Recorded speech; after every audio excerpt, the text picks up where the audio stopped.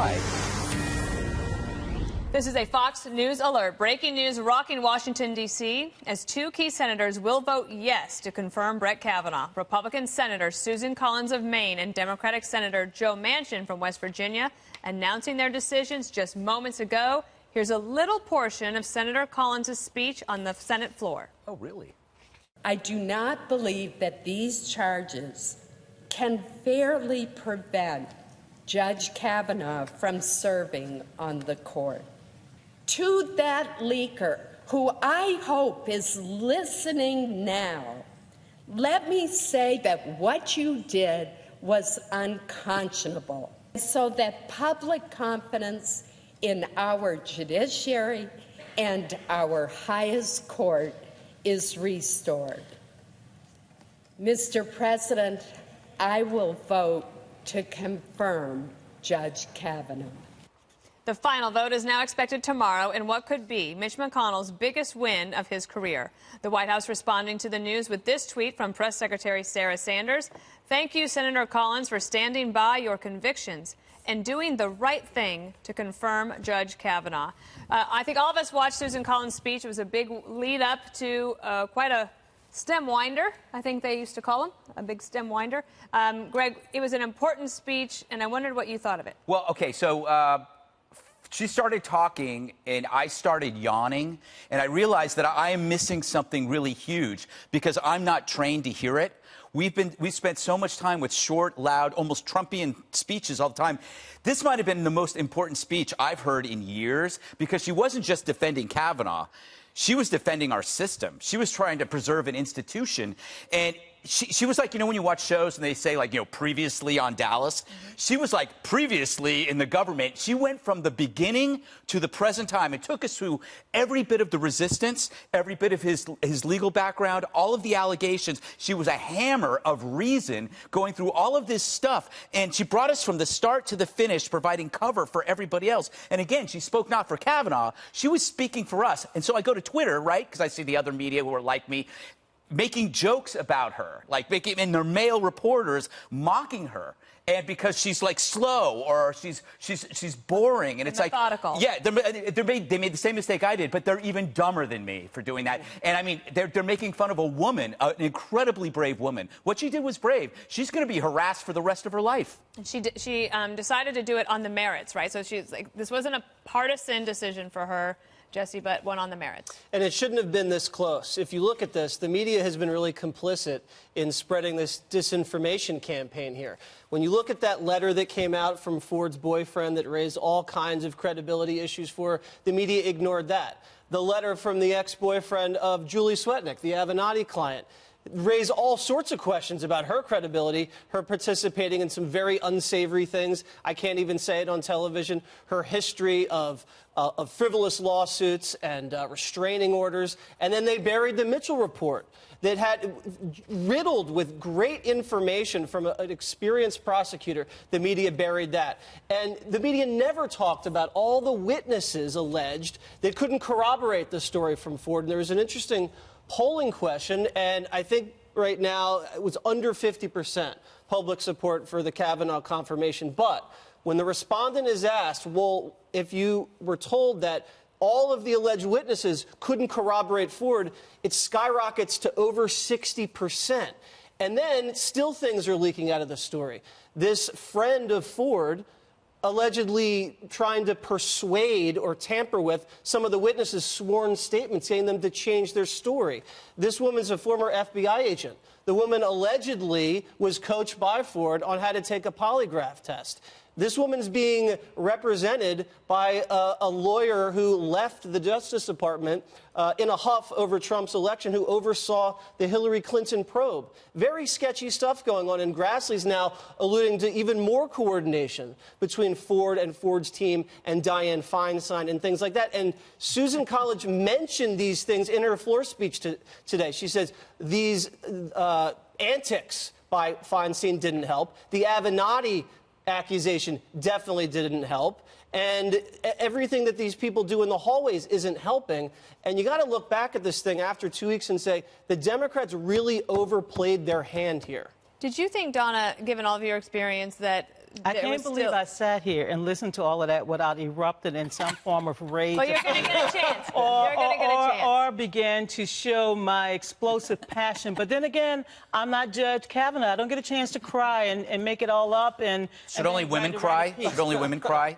That's very sexist to make fun of a man for crying. First of all, I've never made fun of anybody crying. And by the way, I've seen a lot of men cry in my life, and most of the time they've cried. I did that once after one show, okay? One show. You were really tough. You know, if I had tissue, I'd give it to you now because I can sing right now. You would cry. John, I do wonder, up until Susan Collins gave her speech, did you think there was a chance that the Republicans might not be able to get this confirmation done? You know, first of all, when it comes to Senate nominations for judicial positions, the Republicans have only one speed, and that is go ahead and get it done. We saw with Merrick Garland, waiting 10 months. He didn't get a hearing. It didn't happen. We saw with Justice Gorsuch, he got a hearing, they got it done, and 3 Democrats walked across the aisle to support him. So, look, I am not going to sit here and belittle the women who have come forward. I'm not going to try to bring back old conversations about their past because they're not applying for a job, a lifetime position on the Supreme Court. Judge Kavanaugh should have expected that his life story, his life history would come up. We expect that when you run a candidate for president. We expect that. Sorry, I touch you. I'm not trying to do anything. No, I like being touched. I'm from an Italian family. We're always touching each other. I'm part Irish. But no one expects to be accused of gang rape, like falsely accused or of something leading up to the hearing. Like, you would, he knew that his background would be there, but you can't anticipate that you'll be falsely accused. You cannot, but you can anticipate that your past, your entire past, not just your recent past, will come up in the matter of not just hearings, but a matter of investigation. That being said, this vote will likely happen within the next 22 hours. It appears that they have the votes. We don't know. I suggest people who are still upset, people who still want to weigh in, call United States Senators, 202-224-3121, because it's not over. The ABA is now looking into Judge Kavanaugh's appearance list. Right. But they're not going to look into Avenatti. I would say this. Avenatti is compare the two. But he did not. He's not applying for a lifetime position. But he's. But I mean, should he be actually practicing law, Avenatti? We're not really after what he did. Well, we know that he's got a great tanning deal because he's constantly tanned. But we know Avenatti. But look who's talking, baby. You look good. You got your tan. Thank you very much. I have makeup. Thank you. And I am getting back to being half Italian. That's a gift. Now, a couple of things. The most powerful senator, I think, from here on in is Senator Joe Manchin. I mean, he's already shown he's not just somebody who says I'm pro-gun and I'm anti-Obamacare. This is for one of the first times he's had a major impactful vote as a so-called moderate Democrat. And now he is wooable, and you can't get mad at him. Wooable. Yeah, that's I love that word. So who is wooing him? So put it this way. It is such a narrow margin. It's such a narrow margin on everything that if he's a Democrat that will actually go across the aisle and vote on something consequential, you can't be mad at him if you're a Democrat. But I would say this, if I can, Dana, just about this whole thing. I just want to mention, we just have a chance to talk about Joe Manchin in just a moment, so hold that thought. We're going to get to John Roberts. He's got some breaking news about him, but go ahead and finish. I would just like to say this. That was one of the most comprehensive but necessary speeches that I can remember in quite some time. There were no enemies. There were no bad guys. The only bad guys was the leaker we don't know. Feinstein, I know you would never do that. Ford, I know you were really hurt. Kavanaugh, you got a great record, and I know that wasn't you. So she went out of her way not to create any enemies. She's trying to do something, and idealistically think it's possible. Yeah. She's trying to restart. She's trying to start fresh. And let's say the next thing is opioids. We make a big deal of it just passed. Stuff that we can do together, because I think we're staring at the cliff and nobody wants to jump, not Republicans or Democrats. So I think the next time you have me back here, it will probably be 2021.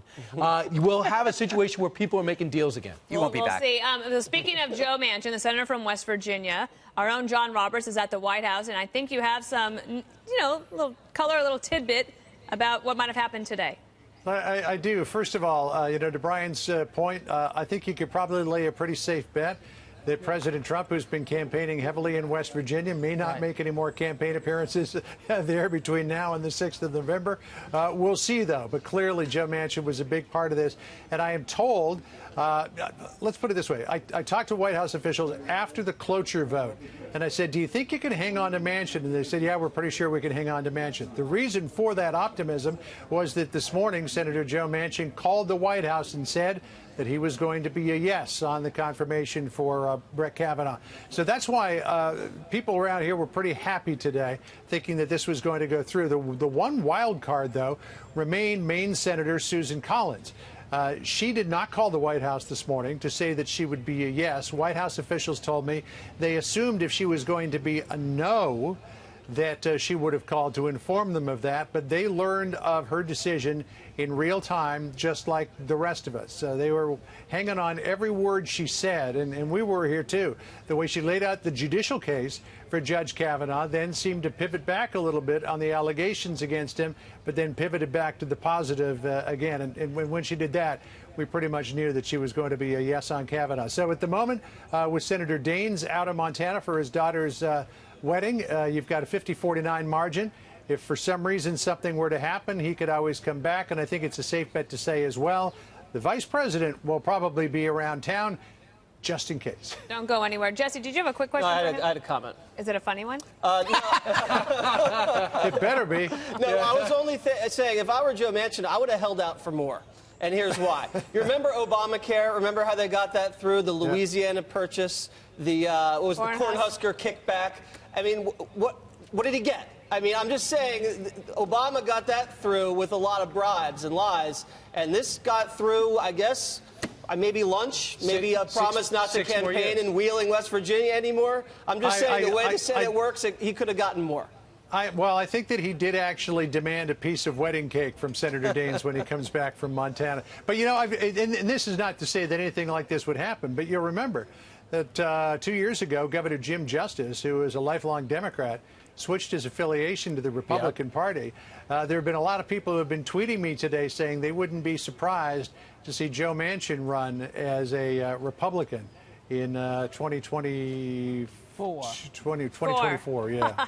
It's a good thing we have Donna Brazile here because she knows that Senate calendar. Thank you very much, John Roberts. I did want to ask you something, Donna. MoveOn.org and Priorities USA, two big Democratic-leaning super PACs, have announced today they're pulling funding from Joe Manchin, who might not need it anymore in West Virginia anyway, but also pulling it from Phil Bredesen in Tennessee, who's in a tight race against Marsha Blackburn in Tennessee. I mean, isn't that sort of like shooting yourself in the foot?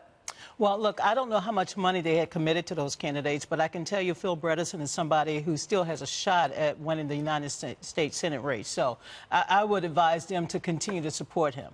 All right, Greg, what about tone here in terms of, like, Senator Collins? I heard Trump actually said, thanks, Joe, and he said, don't mention it. What do you go ahead? No, it's not Dana's. I tried to find a joke that would make a 4-year-old laugh, and I think I even failed. Right. Here's the thing that drives me nuts is that, to Jesse's point about witness tampering, the media, it's another blackout. That's a big piece of this. You brought it up yesterday. Yeah, they're more obsessed. Yeah, they're more obsessed with ice cubes. They were chasing melting ice and not this. And I don't understand how they can let this go. I'm interested in Grassley's letter demanding the correspondence between Feinstein and, I guess, Katz, who seems to be everywhere at once. And to your point about the Bar Association, I find it weird how everybody is really silent now about Avenatti. And I'm beginning to think that even the Democrats are realizing that he plays a great role in destroying the Democratic Party, because if he had never entered the picture, you'd have just had Ford. You would have just had one person and not this kind of crazy gang rape story. New Yorker. Yeah, and I think he's a Republican plant, Avenatti.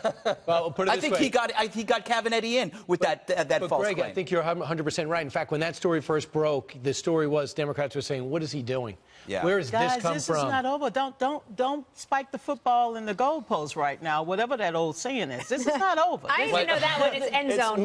No, it's moving the goalpost and spiking the football. I'll figure not out spiking the You punch. guys can spike the goalpost. What about spiking the punch didn't happen? What does this mean overall, though, for the midterms? People on the Democratic side, on the Republican side, they were motivated when it looked like he wasn't going to get through.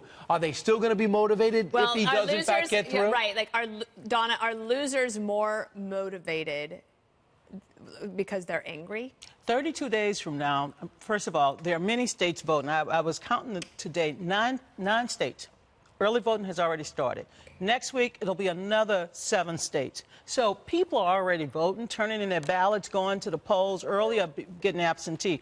This will have an impact on the midterm. I think you will find people galvanized both on the left and the right who will go to the polls. Perhaps they don't vote in midterm elections and will decide that this was the issue that galvanized them to go out and vote. I was going to play a little sound, but... Sure. No, go ahead. Okay, so Chuck Schumer this morning, if you could pull up that call for, talking about the Kavanaugh hearings compared to the Clarence Thomas hearings. If we have that, could we play it? The dam broke under the weight of credible allegations that Judge Kavanaugh committed a sexual assault in high school. In 2018, the Republican majority conducted a hearing that made the Anita Hill hearings in 1991 look fair by comparison. What do you think of that, Jesse? Well, listen, it's a huge difference in that story. Everybody knows the difference is there. But bottom line, Chuck lost and Mitch McConnell won.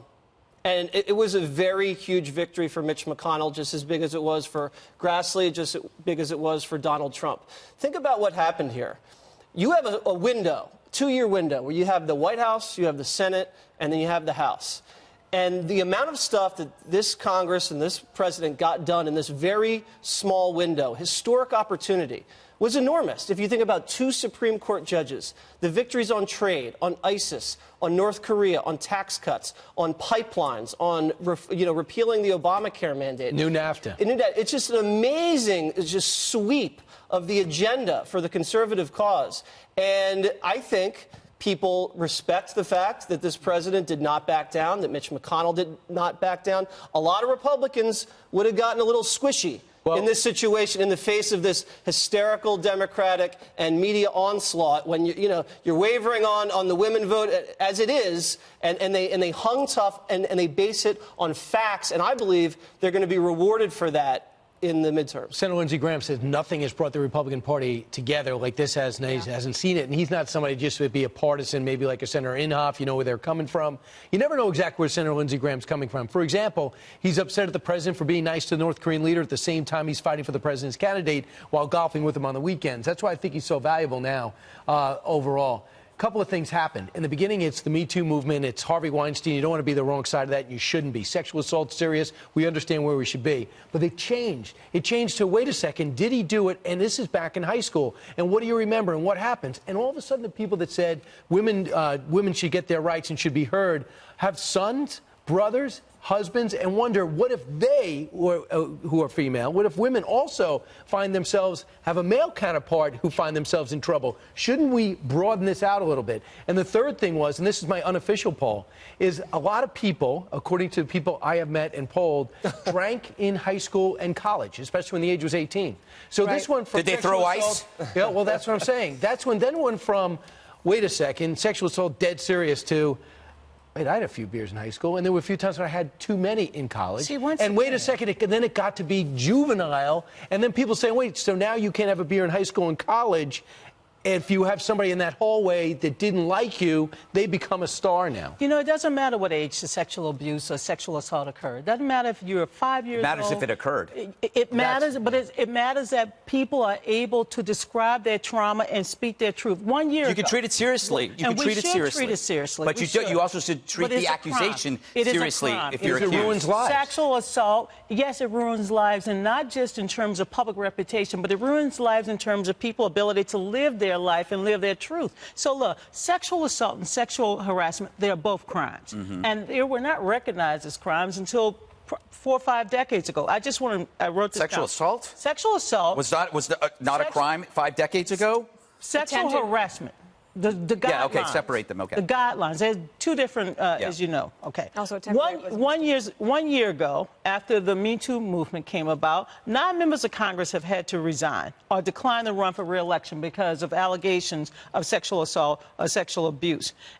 Then there's been 2 White House aides who have had to step down or left as a result of spousal abuse. And 3 congressional candidates have lost this session. So I just want to say, for the record, this is serious. We can't make light of it. And we should allow people to come But I don't think anyone's forward. making light of it. If I could just finish, since you were building on my point, is that of those people, they did it. So they should resign. Well, they should get out. see, Brett Kavanaugh says he wasn't there. I never met her. And I think that side had to be listened to. Can I actually say something? Because no one is treating this lightly. What you're doing, you're implicitly generalizing behavior to an entire group. You went through a series of specific examples, and you're generalizing to somebody who has, as far as we know, innocent. Just because someone else did something doesn't mean this person did it. That is actually, that's called prejudice. When you generalize behavior to people so that you take away the rights of the individual, that's actually prejudice. That's why this midterm is so important, because we need to teach the Democratic Party a lesson that they will never forget, that you don't F with our system, you don't F with our due process, and you don't lynch somebody based on some scurrilous accusations. Justice has no partisan ring. When Anita Not in the last 3 weeks. Anita Hill, come on. Really? When Anita Hill had to be heard, it was 6 Democratic women who marched on Democratic senators. It was not about partisanship. It is about justice and allowing a woman to be heard. If you want to make this a partisan battle, no, I'm talking about an individual. I'm not generalizing. I'm talking about an individual. And wasn't she Kavanaugh? Well, and also stick to what's happening now. Because a Republican president wanted to see a fair investigation. That was George Herbert Walker Bush. And a Democratic chair said, investigate these claims, these allegations. That is the point I'm making. I'm not generalizing. Someone who has known discrimination, experienced discrimination, do not like discrimination or any form of bigotry. Neither do I. Never. Ever. So Dianne Feinstein could have had a position. fair investigation if she had taken care of this when she could have in August. What you're seeing, though, I have to. This is not about a Ford, which is also no, and that's why you do an FBI background check, because the FBI respects confidentiality. This is not about a political divide. And was the FBI hands tied in this investigation? They talked to 11 alleged witnesses, and no one said anything different than what they swore already. How do we know? We haven't seen you don't believe the FBI? How dare you question the FBI? I'm saying it's an institution. No, no Democrat walked out and said it wasn't corroborated. I am saying, no, some Democrats walked out and said we haven't seen the whole story. I am saying that we should, as Americans, as taxpayers, we pay their salary. We should see the report. That's all I'm saying. And if you start going down a road of seeing all FBI investigations in terms, you want to talk about a privacy issue. Well, they can redact. I want to see your FBI investigation. I want to see yours. More on the breaking developments on Brett Kavanaugh's conference.